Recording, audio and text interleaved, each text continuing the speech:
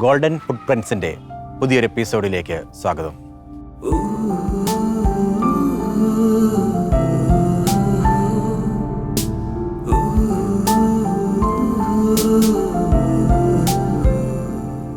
ഇന്ന് നമ്മൾ പരിചയപ്പെടാൻ പോകുന്നത് വെട്ടിമറ്റം ഇടവകക്കാരനായ ജോസഫ് അടപ്പൂരച്ചനെ കുറിച്ചാണ്.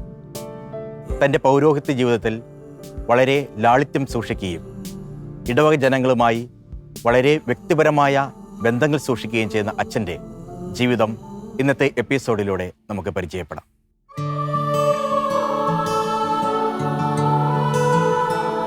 ഈശോ മിശിഹായ്ക്ക് സ്തുതിയായിരിക്കട്ടെ. എപ്പോഴും സ്തുതിയായിരിക്കട്ടെ.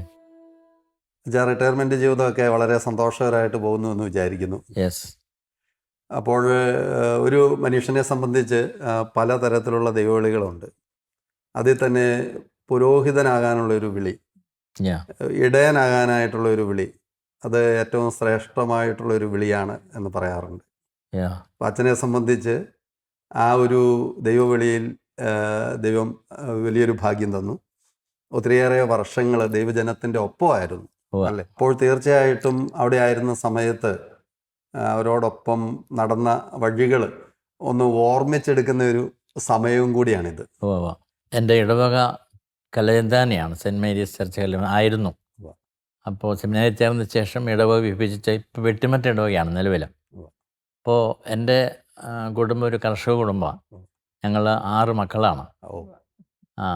അപ്പോൾ കൃഷിയിൽ ആയിരുന്നത് കൊണ്ട് പഴയ കാരണന്മാരല്ലേ, അവർക്ക് പ്രാർത്ഥനയൊക്കെ വളരെ നിഷ്ഠയോടുകൂടി എല്ലാ ദിവസവും നടത്തുന്ന ഒരു രീതിയുണ്ട്. ഞങ്ങൾ മക്കൾ പങ്കെടുത്തിരുന്നു. വളരെ ചെറുപ്പത്തിൽ എൻ്റെ ഓർമ്മ ശരിയാണെങ്കിൽ എൻ്റെ 5ലോ 6ലോ പഠിക്കുന്ന കാലഘട്ടത്തിൽ ഞാനും അമ്മയും കൂടെ, അന്ന് വിറകൊക്കെ ഗ്യാസൊന്നുമില്ല, വിറക് പെറുക്കാനൊക്കെ പോകും. അപ്പോൾ വിറക് പെറുക്കാൻ പോയപ്പോൾ ഒരു ദിവസം എൻ്റെ മനസ്സിലിങ്ങനെ ഒരു ചിന്തയുണ്ടായി. അപ്പോൾ ആ ചിന്ത ഞാൻ അമ്മയായിട്ട് പങ്കുവച്ചു. അമ്മ, എനിക്ക് അച്ഛനായ കൊള്ളാമെന്ന് ആഗ്രഹമുണ്ട്. അച്ഛൻ ഏത് ക്ലാസ്സിലാണ് പഠിക്കുന്നത്?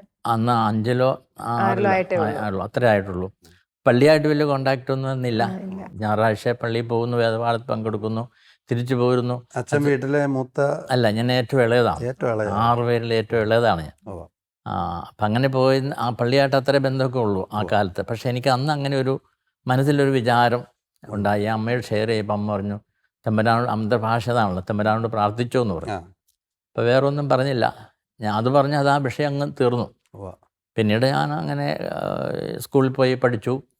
പുറത്ത് പോകുമ്പോഴെത്തിയപ്പോൾ കുർബാനയ്ക്ക് കൂടാനായിട്ട്, അന്ന് സുറിയാനി ഭാഷയാണ്, കുർബാനയ്ക്ക് കൂടാനായിട്ട് പഠിച്ചു. അന്ന് വരുന്ന കൊച്ചച്ഛൻ 6ാം തീയതി അച്ഛൻ അതിന് ഞങ്ങൾ 3-4 പിള്ളേരെ സെലക്ട് ചെയ്തു. അന്ന് പഠിച്ച് അങ്ങനെ കൂടുതൽ പള്ളിയുടെ അടുക്കുന്നത് ആ രീതിയിലൂടെയാണ്.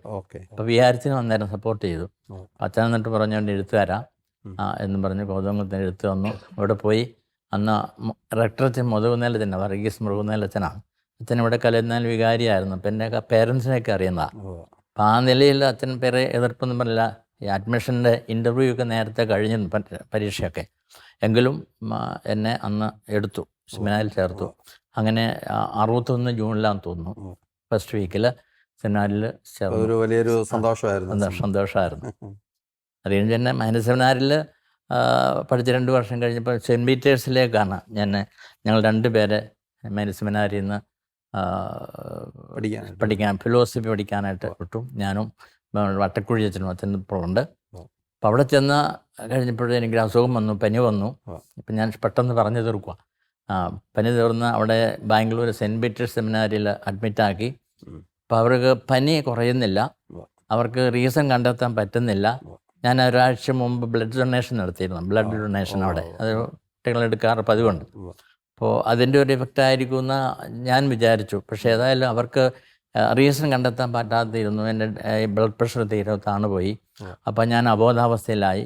എന്നെ പ്രായം എന്ന് പറയുന്നത് അന്നൊരു 17 വയസ്സ് 18 വയസ്സ് കാണും. 15 SLC പാസ്സായ 2 വർഷം മൈനസ് സെമിനാറിലുണ്ടായിരുന്നല്ലോ. 18-19 വയസ്സ് കാണും. അപ്പം അത് കഴിഞ്ഞ് ഡോക്ടർമാർ പറഞ്ഞു ദിവസം കണ്ടെത്താൻ പറ്റുന്നില്ല, ഞാൻ അബോധാവസ്ഥയിലായി. അതുകൊണ്ട് ഒരു ചികിത്സ അവർക്ക് പ്രപ്പോസ് ചെയ്യാൻ സാധിക്കാത്തതുകൊണ്ട് അവർ പറഞ്ഞു പിതാവിനെ അറിയിച്ചു, ഓപ്പറേഷൻ വേണം കൊടുത്തു എന്ന് പറഞ്ഞു.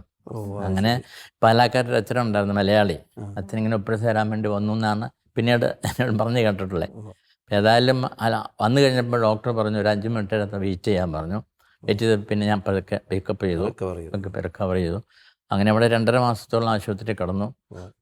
എന്നിട്ടാണ് തിരിച്ചു വന്നപ്പോൾ ഈ ഹാർട്ടിൻ്റെ പ്രശ്നമുണ്ട്, ഈ ബ്ലഡ് ഡൊണേഷൻ ചെയ്തതുകൊണ്ട് എന്ന് പറഞ്ഞ് ഞാൻ അതുകൊണ്ട് better to change climate, Bangalore അന്ന് ഇപ്പോഴത്തെ പോലെ തണുപ്പൊക്കെ ഉള്ള സമയമാണ് എന്ന് പറഞ്ഞുകൊണ്ട് ഞാൻ പിന്നെ വടതൂർ സെമിനാറിലേക്ക് പോരുക ചെയ്ത്.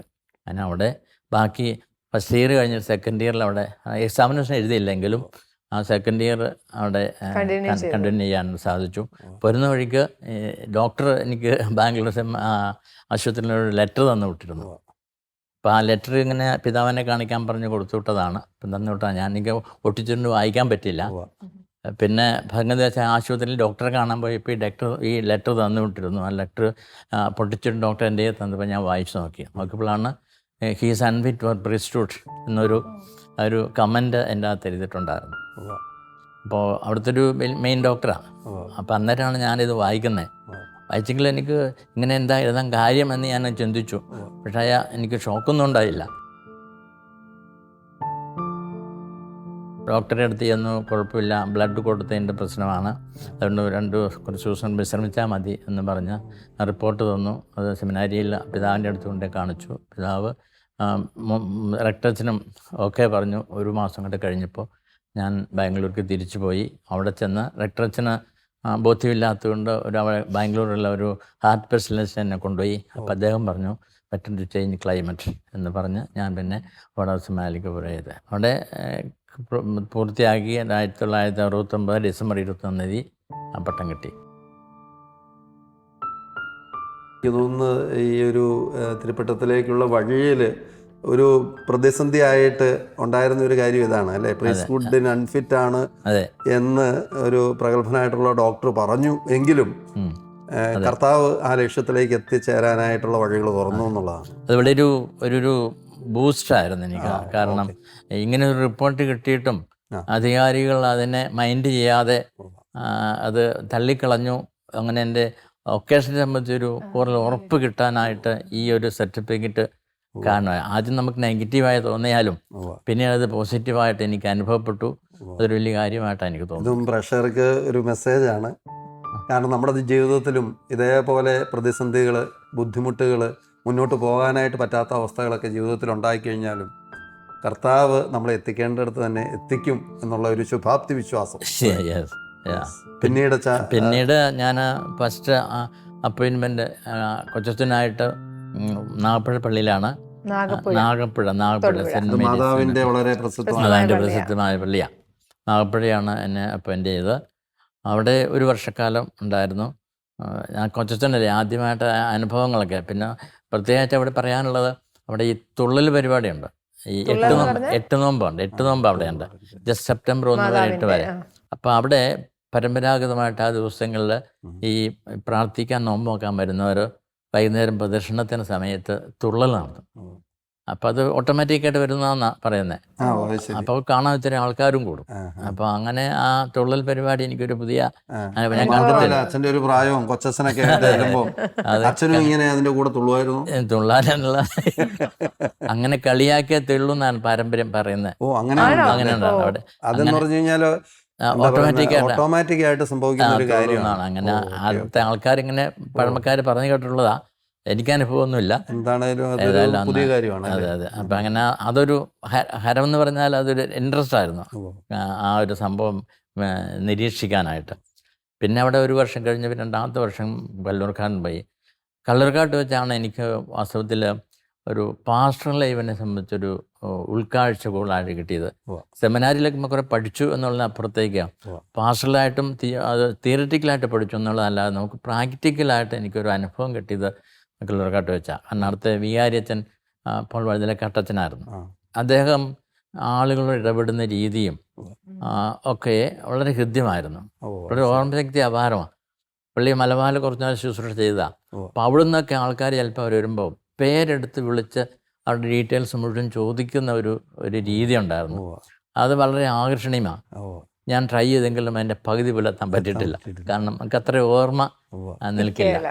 പിന്നെ ആളുകൾ ഇടപെടുന്ന രീതി എല്ലാവരുടെ ഒരു സ്നേഹഭാവത്തിൽ അദ്ദേഹം ഇടപെടായിരുന്നു. അപ്പം അതെനിക്കൊരു വളരെ ബൂസ്റ്റിംഗ് ആയിരുന്നു എൻ്റെ പിന്നീടുള്ള മറ്റുള്ളവരോടൊരു കരുണ കരുണ കാണിക്കാനും ഇടപെടുന്ന രീതിയിൽ ജനങ്ങളെ ചേർത്ത് നിർത്തുന്ന ഒരു അതെ അതെ അതെ അതെ അല്ല അവരുടെ ആവശ്യങ്ങളിലേക്ക് നമുക്ക് ഇറങ്ങിച്ചെല്ലാൻ പറ്റുന്ന ഒരു സമീപനമായിരുന്നു അച്ഛൻ്റേത്. ശരിക്കും ഒരു ഇടയൻ എന്ന് അതെ പറയുന്ന അതെ ഒരു ഇടയനാണ്. ആളുകളുടെ ആ പേരിന് അനുയോജ്യമായ രീതിയിലുള്ള ഇടപെടലായിരുന്നു. അതെനിക്കേറെ ഹൃദ്യമായി തോന്നി. ഞാൻ ചിന്തിച്ചു എൻ്റെ ജീവിതം ഇതുപോലെ അല്ലേ, ആയിരിക്കേണ്ടതല്ലേ. കാരണം ഇത്ര നാളിപ്പോൾ ഇങ്ങനെ ജീവിച്ചെങ്കിലും പല അച്ഛന്മാരെ കണ്ടിട്ടുണ്ടെങ്കിലും ഇതൊരു മാതൃകയായിട്ട് എനിക്ക് സ്വീകരിക്കാൻ സാധിക്കേണ്ടതാണ്. കാരണം വിചാരിച്ചന്മാരുടെ കൂടെ കൂടുമ്പോൾ വിചാരിച്ചന്മാരുടെ മാതൃകയെ അനുകരിക്കേണ്ടതല്ലേ. അപ്പം ആ രീതിയിൽ ഞാൻ അച്ഛൻ്റെ ആ ജീവിതശൈലി എൻ്റെ ജീവിതത്തിൽ കുറേ ആവിഷ്കരിക്കാൻ ശ്രമിച്ചു. ഒരു പരിധിവരെ ഞാൻ അതിൽ വിജയിച്ചു എന്നാണ് എൻ്റെ. നമുക്ക് തീർച്ചയായിട്ടും പ്രേക്ഷകരോട് ഒരു കാര്യം പറയാനുണ്ട്. കാരണം ഇങ്ങനെ ഒരു കൊച്ചച്ഛനൊക്കെ ആയിട്ട് ഒരു ഇടവകയിലേക്ക് ചെല്ലുമ്പോൾ ദൈവം ഒരു വെളിപാട് പോലെ നമ്മുടെ മുമ്പിൽ നിർത്തുന്നത് മിക്കവാറും വികാരിയച്ഛന്മാരെ ആയിരിക്കും. അവരുടെ ജീവിതം, അവരുടെ വാക്ക്, അവരുടെ പ്രവർത്തനം, അവരുടെ മനോഭാവം അതൊക്കെ പിന്നീട് ഈ ഒരു ഇടയവൃത്തിയിൽ കൊച്ചച്ഛന്മാർക്ക് എത്രമാത്രം ബലമാകുന്നു എന്നുള്ളതിന് സ്പഷ്ടമായിട്ടുള്ള ഒരു ഉദാഹരണമാണ്. മാതൃകയായിട്ട് എങ്ങനെ നമുക്ക് ജീവിതത്തിൽ സ്വീകരിക്കാൻ പറ്റും എന്നുള്ളത് അല്ലേ. അതെ അതെ. അതിനെ ഓർത്ത് നമുക്ക് ദൈവത്തിന് നന്ദിയും പറയാം. ഓക്കെ. പിന്നീട് അച്ഛൻ്റെ പിന്നീടുള്ള പ്രവർത്തനങ്ങളിലെല്ലാം ഇത് സ്വാധീനിച്ചിട്ടുണ്ട്, ഒത്തിരിയേറെ സ്വാധീനിച്ചിട്ടുണ്ട്. ഇപ്പം റിട്ടയർ ചെയ്യുന്നവരെ ഉള്ള അവസരങ്ങൾ വരെയും ഈ ഒരു ശൈലി അത് പിന്നെ കുറേ നമ്മൾ ശൈലിയായി തീർന്ന ശേഷം പിന്നെ അത് ചിന്തിക്കേണ്ട കാര്യമില്ലല്ലോ. പിന്നെ ജീവിത രീതിയായിട്ട് എനിക്ക് ആവിഷ്കരിക്കാനായിട്ട് പറ്റിയിട്ടുണ്ട്. അച്ഛന് ഇടവക ജനങ്ങളോട് ചേർന്ന് നിന്ന സമയത്ത് അച്ഛൻ്റെ ജീവിതത്തിലുണ്ടായ ദൈവിക അനുഭവങ്ങളെ പറ്റി അല്ലെ അങ്ങനെയുള്ള കുറച്ച് കാര്യങ്ങളെ പറ്റി ഞങ്ങളോട് ഷെയർ ചെയ്യാവോ? ദൈവാനുഭവം എന്ന് പറയാനിപ്പോൾ ഞാൻ കുത്തുപാറയാണ് ആദ്യം വികാരിയായിട്ട് എനിക്ക് സ്വതന്ത്രമായിട്ട് ഒരു നിയമനം കിട്ടുക. അപ്പോൾ അവിടെ കുരിയേറ്റ പ്രദേശമാണല്ലോ, ഹൈറേഞ്ച് മേഖലയാണ്. അപ്പോൾ ഒത്തിരിയേറെ പാവങ്ങളും ആവറേജ് പീപ്പിളൊക്കെയാണ്. സമ്പന്നരെന്ന് പറയാൻ 1-2 പേരൊക്കെ കാണുള്ളൂ. അപ്പോൾ അത്രയും ഉണ്ടായിരുന്നു അന്ന് ആ കാലത്ത്. അപ്പോൾ അതോടെ അവരുടെ ആ വിശ്വാസ ജീവിതം ഒത്തിരിയേറെ നമ്മളെ ആകർഷിക്കുന്നതാണ്. കാരണം എല്ലാ ദിവസവും രാവിലെ അവർ ഈ കുന്നിൻ്റെ മുകളിൽ നിന്നൊക്കെ വന്ന് പള്ളിയിൽ വന്ന് ബലിയർപ്പിച്ചിട്ട് തിരിച്ചു പോകുന്ന ഒരവസ്ഥാവിശേഷം, അത് അത്രയൊന്നും വിശ്വാസം ഒരുപക്ഷെ എനിക്ക് അന്ന് ഉണ്ടായിരുന്നിട്ടുണ്ടാവില്ല. അപ്പോൾ ഇവരുടെ വിശ്വാസം കണ്ടപ്പോൾ ആളുകളിൽ നിന്നും കൂടെ നമുക്ക് ഒത്തിരിയേറെ സ്വീകരിക്കാനുണ്ട് എന്ന് ഒരു തിരിച്ചറിവ് എനിക്ക് ആ കാലത്തുണ്ടായി. അതൊരു വലിയ കാര്യം അല്ലേ എന്ന് പറഞ്ഞു കഴിഞ്ഞാൽ ഇടവക ജനത്തിന്റെ ഒരു ഭക്തി ഇടയനെ സ്വാധീനിക്കുന്നു. അല്ല, അച്ഛൻ എല്ലാവരും അത്രയും സ്വീകരിക്കാനുള്ള എളിമയുള്ള ഒരു ഹൃദയം ഉള്ളതുകൊണ്ടാ അച്ഛൻ എപ്പോഴും മറ്റുള്ളവർ എന്നെക്കാളും ഉയരത്തിലാണ്, അവരിൽ നിന്ന് ഞാൻ സ്വീകരിക്കണം എന്നുള്ള ഒരു പറയില്ല. അപ്പം അങ്ങനെ ആ കാലഘട്ടം ഒരു 5 വർഷം ഉണ്ടായിരുന്നു അവിടെ. അവിടെ പിന്നെ കുട്ടികൾക്ക് യുവജനങ്ങൾക്ക് വേണ്ടിയിട്ട് ഒരു കോർട്ടൊക്കെ ഉണ്ടാക്കാൻ, അത് മലയാണ്, ആ മല ഇടിച്ച് അവരൊക്കെ സഹകരിച്ചു. ഉണ്ടാക്കി വോളിബോൾ കോർട്ടൊക്കെ ഉണ്ടാക്കി ഉടനെ കളിയൊക്കെ ആരംഭിച്ചു. ബാഡ്മിൻ്റൺ പള്ളിമുറ്റത്ത് കളിച്ചു. അങ്ങനെ യുവജനങ്ങളൊന്ന് പള്ളിയോട് ചേർത്ത് നിർത്താനുള്ള ഒരു പരിധിവരെ എനിക്കത് സാധിച്ചു. ടൂർണമെന്റിലൊക്കെ അവരെ കൊണ്ടുപോകുന്ന തൊട്ടടുത്തുള്ള പള്ളികളിലൊക്കെ ഉണ്ടാകുമ്പോൾ പോകാറുണ്ടായിരുന്നു. ഞാനും കളിക്കുമായിരുന്നു. സെമിനാരിൽ വെച്ച് കളിക്കുമായിരുന്നു. ഭയങ്കര സന്തോഷമല്ലേ അവരുടെ കൂടെ കളിക്കുന്നതും. ബാസ്കറ്റ് ബോളും വോളിബോളും ആണ് കളിച്ചുകൊണ്ടിരുന്നത്. അപ്പോൾ സെമിനാറിൽ വെച്ച് അപ്പോൾ ഇവിടെ തുടരാനൊരു മാർഗ്ഗം ഇല്ലായിരുന്നു. അപ്പോൾ അതുങ്ങളുടെ ഒരു വിധത്തിൽ പറഞ്ഞാൽ എൻ്റെയും കൂടെ ഇൻട്രസ്റ്റ് ആയിരുന്നു അവിടെ അതെടുക്കാം. അപ്പോൾ ആളുകളെ കൂട്ടിച്ചൊക്കെ എനിക്ക് തന്നെ ചെയ്യാൻ പറ്റിയല്ലോ. അപ്പോൾ യുവജനങ്ങൾക്ക് അതൊരു ബൂസ്റ്റിംഗ് ആയിരുന്നു. പിന്നെ അവിടെ നിന്ന് 5 വർഷം കഴിഞ്ഞ് പനംകുട്ടി പള്ളിയിലേക്ക് സ്ഥലം മാറി. അപ്പോൾ അവിടെ പനംകുട്ടി അത് കല്ലാർകുട്ടി ഡാമിൻ്റെ താഴെ ഭാഗത്താണ്. അപ്പോൾ അവിടെ വണ്ടി സൗകര്യം കുറവാണ്. 6-ന് മൂന്നാർ ദേവികുളം കട്ടപ്പന റൂട്ടിൽ സൈഡിലാണ്. അപ്പോൾ ആ റൂട്ടിൽ വണ്ടി നിർത്തിയിട്ട് ഒരു ആറുണ്ട്. ഈ കല്ലാർകുട്ടി ഡാമിൻ്റെ വെള്ളം ഒഴുകുന്നു വന്ന ആറ്. ആ ആറിനവിടെ കടന്ന് നേരത്തെ ഞാൻ ചെല്ലുന്നതിന് മുമ്പ് ഒരു വള്ളം ഇടുന്ന വള്ളത്തിലേക്കാണ് അക്കരെ കിടക്കണമായിരുന്നു. മറ്റേ പള്ളിയിൽ നിന്ന് അവിടെ 1 കിലോമീറ്ററോളം 1.5 കിലോമീറ്റർ നടന്ന് കയറണം അതിന് ഞാൻ ചെല്ലുമ്പോൾ അവിടെ ഒരു ചപ്പാത്ത് ഉണ്ടാക്കിയിട്ടുണ്ട്. 74 ഒരു ഉരുൾപൊട്ടലൊക്കെ ഉണ്ടായി. അന്ന് ഈശോച്ചൻ പനംകുട്ടി വികാരിയാണ്. അപ്പോൾ അച്ഛൻ്റെ നേതൃത്വത്തിൽ അവിടെ ചപ്പാത്തൊക്കെ ഉണ്ടാക്കി കടന്നു പോകാൻ പറ്റും. അത് ഉദ്ഘാടനം ചെയ്തിട്ടില്ലായിരുന്നു. അതുകൊണ്ട് വണ്ടി കടക്കാൻ പറ്റില്ലായിരുന്നു. അതുകൊണ്ട് അവിടെ നിന്ന് അക്കരെ റോട്ടിൽ നിർത്തിയിട്ട് സാധനങ്ങൾ ചുവന്നാണ് പനംകുട്ടി പള്ളിയിലേക്ക് പോയത്. അതെ. പിന്നെ അത് കഴിഞ്ഞ് ആ സെപ്റ്റംബർ ആയപ്പോഴത്തേന് എനിക്ക് കീഴ്ത്തോട് പള്ളിയുടെ കിട്ടി, ചാർജ് കിട്ടി. അവിടെ അച്ഛനില്ലായിരുന്നു. അപ്പം അങ്ങനെ രണ്ടും കൂടെ നടത്തി 70 അവിടെ ഒത്തിരി ദാരിദ്ര്യമായിരുന്നു. കാരണം പള്ളിക്ക് സാമ്പത്തികമൊന്നുമില്ലായിരുന്നു. ഞാൻ ചെല്ലുമ്പോൾ 4 രൂപയാണ് ബാലൻസ് ഉള്ളത്. 4 രൂപ. അപ്പം അതുകൊണ്ട് നമുക്ക് പിന്നെ സ്കൂളിലൊരു ചെറിയ സ്കൂൾ കെട്ടിടം പണിയേണ്ടി വന്നു. 2 ഡിവിഷൻ ആ വർഷം കൂടുതലുണ്ടായി. പച്ച സാമ്പത്തിക ഞെരുക്കം ഉണ്ടായിരുന്നു. എങ്കിലും അത് ഒരുവിധം പതുക്കെ അവിടുത്തെ ജനങ്ങൾ സഹായിക്കുമോ അതേ രൂപത? ജനങ്ങൾ അധികം സഹായിക്കാനുള്ള സാമ്പത്തികം ഇല്ല. പൊതുയോഗത്തിൽ വരും വീട്ടിൽ തുറന്നിങ്ങോട്ട് പറഞ്ഞു, അച്ഛൻ ഞങ്ങളിന്ന് ഒരു പൈസ പ്രതീക്ഷിക്കണ്ട. പിന്നെ ഒരു അന്നത്തെ 2000 രൂപ വലുതാ. 2000 രൂപ അരമനയെന്ന് സഹായം തന്നു. പിന്നെ ഞായറാഴ്ച ദിവസങ്ങളിൽ പിരിവൊക്കെ ആയിട്ട് വിശ്വാസികളൊക്കെ ഈ പള്ളിയോട് അടുത്ത് നിൽക്കുന്ന വൈദ്യരോട് വലിയൊരു ബഹുമാനമാണ്. അത് ചില ഇടവക വ്യത്യാസമുണ്ട്. അത് ആ ഡീലിങ്സിൽ അടുപ്പത്തിലെ ചില ഇടവയിലെ ആളുകൾക്ക് പള്ളിയോടത്തിനോട് അടുപ്പമുണ്ട്, ചിലത് ഉണ്ടാവില്ല. അത് അവരുടെ പാരമ്പര്യത്തിന്റെ ഗുണമാണ്. നമ്മളിപ്പോ പൊതുവായിട്ടുള്ള ഒരു രീതി രീതിയാ അവരുടെ ട്രഡീഷൻ അങ്ങനെ വരുന്നതുകൊണ്ടാണ് പള്ളിയോട് കൂടുതൽ ചേർന്ന് നിൽക്കുന്ന ഇടവയിൽ ഉണ്ട്. അപ്പൊ അത് ഇവിടെ അല്പം കുറവുണ്ടായിരുന്നു മാത്രമേ ഉള്ളൂ. അതെ അതെ. പിന്നെ അവിടുന്ന് ഞാൻ പിന്നെ 80 ചെപ്പുളത്തേക്ക് മാറി. ചെപ്പുളത്ത് നിന്ന് പിന്നെ ഞാൻ പാറപ്പുഴയ്ക്ക് മാറി. പിന്നെ ചിറ്റൂര് കഴിഞ്ഞിട്ട് ചെലവിന് വന്നു. ചെലവ് വന്നപ്പോൾ അവിടെ ഒരു പള്ളി പണിയാൻ നോക്കുന്നതല്ല എന്ന് പിതാവ് വന്നതിനോട് പറഞ്ഞു. മുന്നക്കുട്ടി പിതാവാണ്, പഴയ പള്ളിയായിരുന്നു. അപ്പോൾ അതുകൊണ്ട് ഞാൻ എന്നെ ശ്രമിച്ചപ്പോൾ ഇടവൊക്കെ പുതിയോഗത്തിൽ പറഞ്ഞു, ഞാൻ ചെല്ലുന്നതിന് തൊട്ട് മുമ്പ് അവിടെ മുറി പണത്. പച്ച മുറി പണത് ഞങ്ങളിങ്ങനെ വിഷമിച്ചിരിക്കുക, ഇപ്പോൾ ഉടനെ വേണമെന്ന് ചോദിച്ചു. ഞാൻ പിതാവിനോട് പറഞ്ഞു, ഇങ്ങനെ ആൾക്കാർ പറഞ്ഞു. എന്നാൽ ഇപ്പോൾ തൽക്കാലം വേണ്ട. ഇപ്പം 2 വർഷം കഴിഞ്ഞാണ് പിന്നെ അത് ടേക്കപ്പ് ചെയ്യുന്നത്. എന്നാൽ പുതിയ അംഗീകരിച്ചു, പ്ലാൻ വരച്ചു. പിതാവിൻ്റെ അടുത്ത് കൊണ്ടേ കാണിച്ചു, വരവനെ കാണിച്ചു, അംഗീകരിച്ചു. അത് 9 വർഷം ഞാൻ അവിടെ ഉണ്ടായിരുന്നു. അതെ, 1992 മുതൽ 2001 വരെ.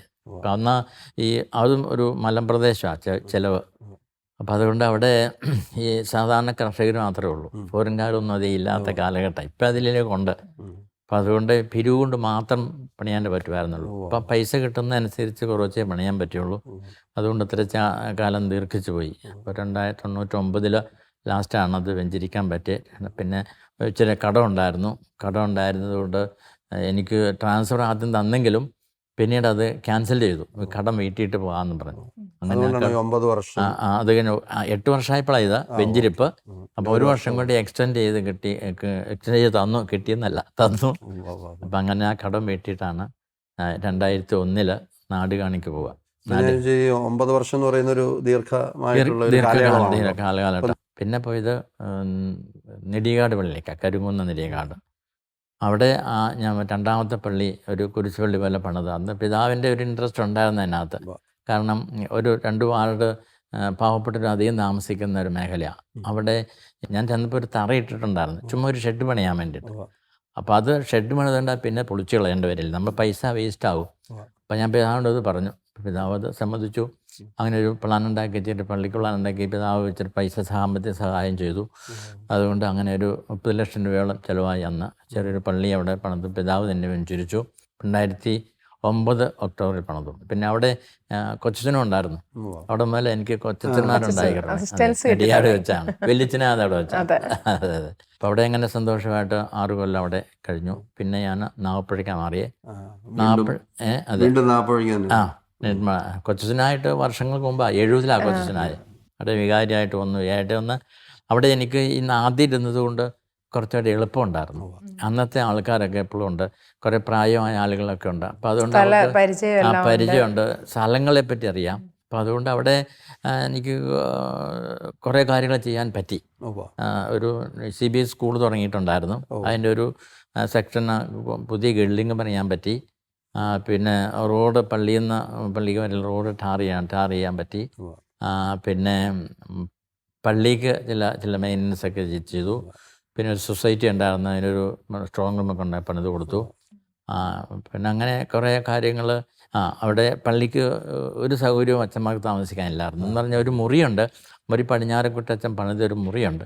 പക്ഷേ അത് വികാരത്തിനും കൊച്ചത്തിൻ്റെ കഷ്ടിച്ചൊരു മുറി, പിന്നെ മുകളിലൊരു ഗസ്റ്റിന് പോകുന്ന ചെറിയൊരു മുറി ഉണ്ടായിരുന്നു. അപ്പോൾ ഈ 8 നോമ്പൊക്കെ വരുമ്പോൾ അച്ഛന്മാർക്ക് ഒത്തിരി പേരെ കുമ്പസാരിപ്പിക്കാൻ വേണം. അപ്പോൾ താമസിക്കാനുള്ള സൗകര്യം ഇല്ല. ഒരു ചെറിയൊരു മുറിയുള്ള, അതിൻ്റെ അകത്ത് നമ്മൾ എത്ര പേരെ താമസിപ്പിക്കാൻ പറ്റും? കാരണം തലേദിവസം വന്നാലേ അവിടെ ഈ രാവിലെ നേരം വെളുക്കും 5:30 ആളുകൾ പള്ളി വരും. അപ്പം അതിന് മുമ്പ് കുമ്പസാരക്കുള്ള ആൾ വേണം. അപ്പം തലേദിവസം കിടക്കാതെ പറ്റില്ല. അപ്പം അത് ആദ്യത്തെ വർഷം ഒത്തിരി വിഷമിച്ചു. പിന്നെ അതുകൊണ്ട് ഞാൻ പിന്നെ ആ മുറിയിൽ തന്നെ മുകളിലേക്ക് കമ്പി നിർത്തിയിട്ടുണ്ടായിരുന്നു കാലിൻ്റെ, പണിയാൻ വേണ്ടി പ്രൊവിഷൻ ഇട്ടിട്ടുണ്ടായിരുന്നു. അതെല്ലാം തുരുമ്പിച്ച് പോയി. എന്നല്ലാതെ പിന്നെ കുത്തി വെൽഡ് ചെയ്ത് ആ മുകളിലൊരു മുറിയും കൂടെ ഒരു ഫസ്റ്റ് ഫ്ലോറും കൂടെ പണിത് പൂർത്തിയാക്കി അവിടെ മാറ്റ സൗകര്യങ്ങളുണ്ടാക്കി. അച്ഛന്മാർക്ക് താമസിക്കാൻ ഇഷ്ടംപോലെ മുറികളായി, 3-4 മുറി എക്സ്ട്രാ ഉണ്ടായി.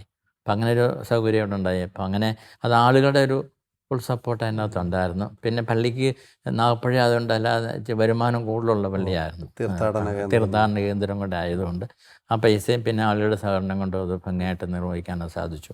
രണ്ടാം വരവില് നാഗപ്പുഴയില് കൂടുതൽ കാര്യങ്ങൾ ചെയ്തു എന്നുള്ള ഒരു സംതൃപ്തി. അതെ. പിന്നെ അവിടെ ലാസ്റ്റ് ഇയറിൽ ഒരു കൺവെൻഷൻ നടത്തി, ബൈബിൾ കൺവെൻഷൻ. അപ്പം അത് ഒത്തിരി ആളുകൾ വരികയും അതൊരു പന്തലൊക്കെ ഇട്ടൊരു നല്ല കേമായിട്ട് നടത്തി.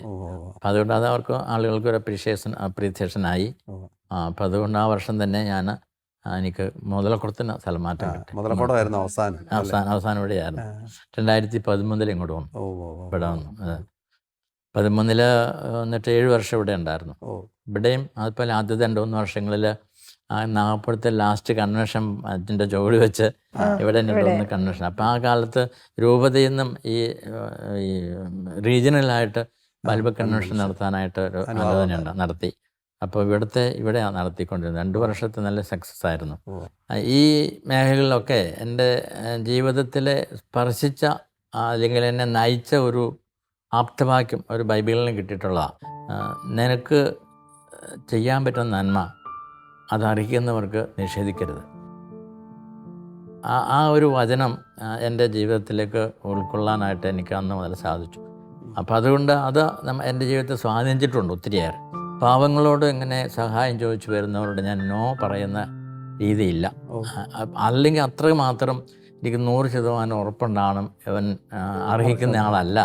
അപ്പം അതുകൊണ്ട് സഹായം അർഹിക്കുന്നവർക്ക് അത് നിഷേധിക്കുന്ന ഒരു പ്രകൃതം ഇല്ലായിരുന്നു. അത് അച്ഛനെ കുറിച്ച് പറഞ്ഞു കേട്ടിട്ടുണ്ട്. എന്ന് പറഞ്ഞു കഴിഞ്ഞാൽ തൻ്റെ അടുത്ത് വരുന്നവർക്ക് എപ്പോഴും ഒരു കരുണയോടുകൂടി പെരുമാറുന്ന ഒരു വൈദികനായിട്ട്. അതിന് 1-2 ഇൻസിഡൻസും കൂടെ പറഞ്ഞു കഴിഞ്ഞാൽ പ്രേക്ഷകർക്ക് കുറച്ചും കൂടെ ഒരു എളുപ്പത്തിൽ മനസ്സിലാവുന്ന. ഈ വീടില്ലാത്തവർ, ആശുപത്രി അഡ്മിറ്റായി കിടക്കുന്ന രോഗികൾക്ക് അവർക്ക് പൈസ അടയ്ക്കാനില്ലാത്ത വരുന്ന സാഹചര്യത്തിൽ അപ്പം അങ്ങനെയൊക്കെയുള്ള വല്ല സാഹചര്യങ്ങൾ. അപ്പം എല്ലാം നമുക്ക് ഓർത്തെടുക്കാൻ പറ്റില്ലല്ലോ. കാരണം ഇത് 1-2 കേസുകളല്ല. പാവങ്ങൾക്കൊരു 10 വീട് ഒരു വർഷം പണിത് കൊടുക്കത്ത രീതിയിലൊരു യജ്ഞം ഞാനിവിടെ ആരംഭിച്ചു. അതിന് പള്ളിയിൽ നിന്നൊരു കളക്ഷൻ ഞാൻ ഇടവപ്പള്ളിയിൽ പറഞ്ഞിട്ട് എടുത്തു. അപ്പം അതങ്ങനെ അത് ഏകദേശം പൂർത്തിയാക്കി കൊടുക്കാനായിട്ട് സാധിച്ചു എനിക്ക് 10 വീടുകൾ. കാരണം അത് 2015-14 എനിക്ക് തോന്നുന്നു. അങ്ങനെ ഒരു യജ്ഞ രൂപതയെന്നുണ്ടായിരുന്നു. പാവങ്ങളോട് പരിസരം കാണിക്കുന്ന ഒരു വർഷമായിട്ടൊന്ന് ആചരിച്ചിരുന്നു. അപ്പോൾ അതുകൊണ്ട് ആ വർഷത്തിൽ ഇങ്ങനൊരു സംരംഭം പ്രോജക്റ്റ് അത് പൂർത്തീകരിച്ച് കൊടുക്കാണ്ട് സാധിച്ചു. ഇതിൽ ഈ മാതാവിനോടുള്ള ഒരു ഭക്തിയും ജപമാലയും ഒക്കെ എത്രമാത്രം അച്ഛനെ സഹായിച്ചിട്ടുണ്ട്? ഞാൻ സാധാരണ ചെല്ലുന്ന ജപമാല രാവിലെ, വൈകുന്നേരം സന്ധ്യ പ്രാർത്ഥന ജപമാലയുണ്ട്. രാവിലെ ഞാൻ 5:30 തന്നെ പള്ളി വരും. പള്ളി വന്ന് അവിടെ ഇരുന്ന് 6-ന് കുർബാന. അപ്പം അതുവരെയും അല്പം പ്രാർത്ഥിച്ചു. പിന്നെ സമയം കിട്ടിയാൽ എന്ന് പറഞ്ഞാൽ അതിൻ്റെ ഗ്യാപ്പ് ഉണ്ടെങ്കിൽ അന്ന് ജപമാല ചെല്ലുന്ന രീതിയാണ്. 2 കാര്യങ്ങൾ അച്ഛൻ്റെ ജീവിതത്തിൽ പക്ക ചെയ്തിരുന്നതായിട്ട് അറിയാനായിട്ട് സാധിച്ചിട്ടുണ്ട്. ഒന്ന്, ദൈവജനത്തെ ബുദ്ധിമുട്ടിക്കാനായിട്ട് താല്പര്യമില്ലാത്ത ഒരച്ഛനാണ്. 2, അച്ഛൻ നേരത്തെ സൂചിപ്പിച്ച പോലെ ഒരു ആപ്തവാക്യമൊക്കെ പറഞ്ഞല്ലോ. തൻ്റെ അടുത്ത് വരുന്നവർക്ക് എന്തെങ്കിലും നന്മ ചെയ്യാൻ അവരർഹിക്കുന്നതാണെങ്കിൽ അത് നിഷേധിക്കുന്ന ഒരു സ്വഭാവം ഇല്ല. അപ്പം അച്ഛൻ തന്നെ ഓൾറെഡി പറഞ്ഞു അവരോടൊരു കരുണയോടുകൂടി തൻ്റെ അടുത്ത് വരുന്നവർക്ക് സഹായം ചെയ്യാൻ താല്പര്യമായിരുന്നുവെന്ന്. ഇവന്ന് ഇടവക ജനങ്ങൾ അച്ഛനത് എത്രമാത്രം അറിഞ്ഞിട്ടുണ്ടെന്ന് എനിക്കറിയില്ല. ആഴ്സിലെ മരിയ വിയാനി പുണ്യാളച്ഛൻ എന്നുള്ള രീതിയിൽ പോലും ഞാൻ അങ്ങനെ ഒരു പ്രതീക്ഷയിലല്ല കാര്യങ്ങൾ ചെയ്തിട്ടുള്ളത്. അപ്പം അതുകൊണ്ട് ഞാൻ ചെയ്തതിൻ്റെ മോട്ടീവ് ഞാൻ പറഞ്ഞു. അപ്പം അതാണ് ഞാൻ എൻ്റെ പ്രവർത്തനത്തിൻ്റെ ശൈലിയും എന്നെ ആവേശം കൊള്ളിച്ചതുമായ വചനവും മാതൃകയും. അപ്പം ആ മാതൃകയും ഈ വചനവുമാണ് എൻ്റെ പൗരോഹിത്യ ജീവിതത്തിലെ അടിസ്ഥാനമായിട്ടുള്ളത്. തീർച്ചയായിട്ടും നമ്മുടെ ഇത്രയും വർഷങ്ങളിൽ നമ്മളൊരു ഇടവകയെ ഒത്തിരിയേറെ ഇപ്പം എന്താ പറയുന്നത്, ഓരോ കാലഘട്ടത്തിലും അവരുടെ ആവശ്യങ്ങൾ, നീഡ്സ് വ്യത്യസ്തമാണ് ശരിക്കും കുടുംബങ്ങളുടെ. ഈ 50 വർഷം ഇടവകയിൽ തന്നെയായിരുന്നു, ഇടവക വനം തന്നെയായിരുന്നു. അതുകൊണ്ട് എനിക്ക് ഗ്യാപ്പ് അതിനകത്ത് എനിക്ക് ഉണ്ടായിട്ടില്ല. അപ്പം അത് ഒരു കണ്ടിന്യൂറ്റി ആയിട്ടാണ് പോന്നിട്ടുള്ളൂ. അപ്പം അതുകൊണ്ട് ഓരോ ഇടവകയിലും ആ ഇടവകയുടെ പശ്ചാത്തലം ഉണ്ട്. അതൊരു ഞാൻ 6 മാസം കഴിഞ്ഞ് ഏത് ഇടവക ചെന്നാലും ഒരു ഇനീഷ്യേറ്റീവ് എടുക്കാറുള്ളൂ. അത് പഠിച്ചതിന് ശേഷം അത് അങ്ങനെ ഒരു നിർദ്ദേശം സെമിനാരിൽ വെച്ച് ബഹുമാനപ്പെട്ട മാത്യു മങ്കുഴിക്കരച്ചൻ, ഞങ്ങൾ സ്പിരിച്വൽ ഫാദറായിരുന്നു, അദ്ദേഹത്തിൻ്റെ ക്ലാസ്സിൽ പറഞ്ഞു തന്നിട്ടുള്ളതാണ്. ഒരിടവിൽ തന്നെ എടുത്ത് ചാടി ഒന്നും ചെയ്യരുത്, ആളുകൾ മനസ്സിലാക്കണം, ഇടയുടെ അവസ്ഥ മനസ്സിലാക്കണം, അതിനുശേഷം മാത്രമേ ചെയ്യാവുള്ളൂ എന്ന്. അപ്പം അതനുസരിച്ച് ഞാൻ 6 മാസം കഴിഞ്ഞിട്ടേ എന്തെങ്കിലും ചെയ്യുള്ളൂ.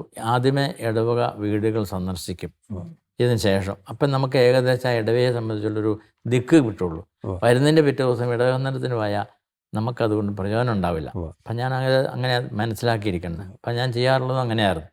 അപ്പം അങ്ങനെ ആ ഇടവയ സന്ദർശനത്തിന് പോയുമ്പോൾ നമ്മൾ കുറിച്ചെടുക്കും അത്യാവശ്യമായിട്ട് ഉള്ള ഈ സഹായം അർഹിക്കുന്നവരും ഓരോ വീടിൻ്റെ അവസ്ഥകളും മറ്റുള്ള കാര്യങ്ങളൊക്കെ നമുക്ക് നോട്ട് ചെയ്താൽ പിന്നീട് അത് വരുമ്പോൾ നമുക്ക് കുറച്ചുകൂടി എളുപ്പമാകും. അപ്പം അങ്ങനെ ചെയ്യാറുണ്ടായിരുന്നു. അത് എല്ലാവരുടെയും അങ്ങനെ ചെയ്തുകൊണ്ടിരുന്നത്.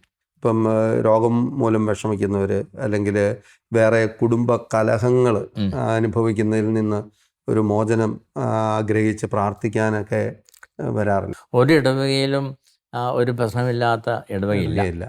എല്ലാ ഇടവകളിലും ഏതെങ്കിലും തരത്തിലുള്ള പ്രശ്നങ്ങൾ കുടുംബങ്ങളുണ്ട്. ഒന്നുമില്ല ഭാര്യയും ഭർത്താവും തമ്മിൽ, അയൽവക്കക്കാരെങ്കിൽ സ്വന്തക്കാർ തമ്മിൽ ഒക്കെയുള്ള പ്രശ്നങ്ങളുണ്ട്. അപ്പോൾ ആ പ്രശ്നങ്ങൾ രൂക്ഷമാണെങ്കിൽ അവർക്ക് തന്നെ പരിഹരിക്കാൻ പറ്റാത്തൊരു വിഷയമാണെങ്കിൽ ചിലപ്പോഴൊക്കെ എൻ്റെ അടുത്ത് റെഫർ ചെയ്യാറുണ്ട്. റെഫർ ചെയ്യുന്ന കാര്യങ്ങളിൽ ഞാൻ അങ്ങനെയുള്ള കാര്യങ്ങൾ ഒരു ദിവസം പ്രാർത്ഥിക്കാറുണ്ട്. അപ്പോൾ എനിക്കതിനെ സംബന്ധിച്ചൊരു ഉൾക്കാഴ്ച കിട്ടാതെ ഞാൻ പോയിട്ട് പറഞ്ഞിട്ട് കാര്യമില്ല.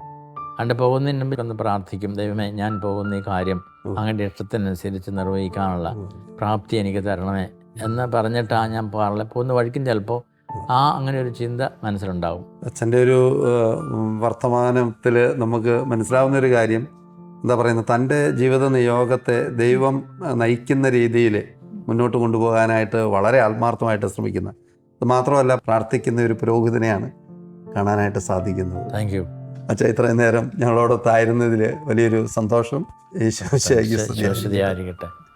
ഇപ്പോൾ നമ്മൾ പരിചയപ്പെട്ട ജോസഫ് അച്ഛൻ വളരെ ലളിത ജീവിതം നയിക്കുകയും തമാശകൾ പറയുകയും ചെയ്യും. എന്നാൽ കാര്യങ്ങളെ വളരെ ഗൗരവത്തോടെ കാണുകയും തീരുമാനങ്ങൾ എടുക്കുകയും ചെയ്യുന്ന ആളാണ് അച്ഛൻ. തൻ്റെ വിശ്രമ ജീവിതത്തിലാണെങ്കിലും ഒത്തിരി കാര്യങ്ങളിൽ ഇടപെടുകയും ആളുകൾക്ക് ആത്മീയമായി ഒത്തിരി ശുശ്രൂഷകൾ നൽകുകയും ചെയ്യുന്ന അച്ഛനാണ്. അച്ഛൻ തൻ്റെ പ്രാർത്ഥനാ ജീവിതത്തിൽ കൂടുതൽ വളരുവാനായിട്ട് ഇപ്പോഴും ആഗ്രഹിക്കുന്നുണ്ട്. കുംസാരക്കൂടുകളിൽ ഒത്തിരി സമയം ചെലവഴിച്ചുകൊണ്ട് വിയാനി പുണ്യവാളിൻ്റെ മാതൃക അച്ഛൻ്റെ ജീവിതത്തിലൂടെ തുടരുന്നുണ്ട്. നമുക്ക് അച്ഛന് വേണ്ടി പ്രാർത്ഥിക്കാം. ദൈവം നമ്മെ എല്ലാവരെയും അനുഗ്രഹിക്കട്ടെ.